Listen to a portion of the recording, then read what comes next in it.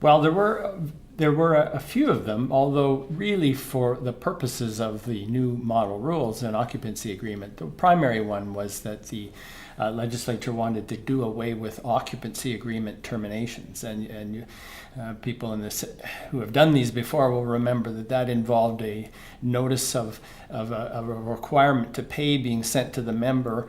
And if the member didn't pay, the board had the ability, without meeting with the member, to actually send a notice of termination of the occupancy agreement in membership. And the legislature thought that for whatever reason, and I think it's wrong, but nevertheless it seems to be their reason, that co-ops were using this to bypass the rules which provided for termination of memberships with a formal invitation to a formal board meeting with a right of appeal to the general membership. And that was always the regime anyways, but they've now said it has to apply to arrears cases as well.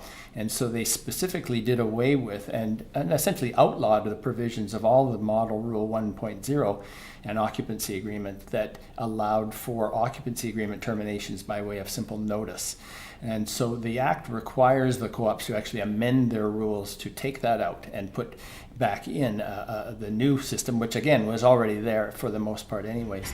The one small change that is been made and allowed is that there is no right, if the co-op wishes to through its rules, there's no right of the member whose membership has been terminated by the board to appeal to the general membership. But they still maintain their right of appeal to the court, as was always the case under rules terminations.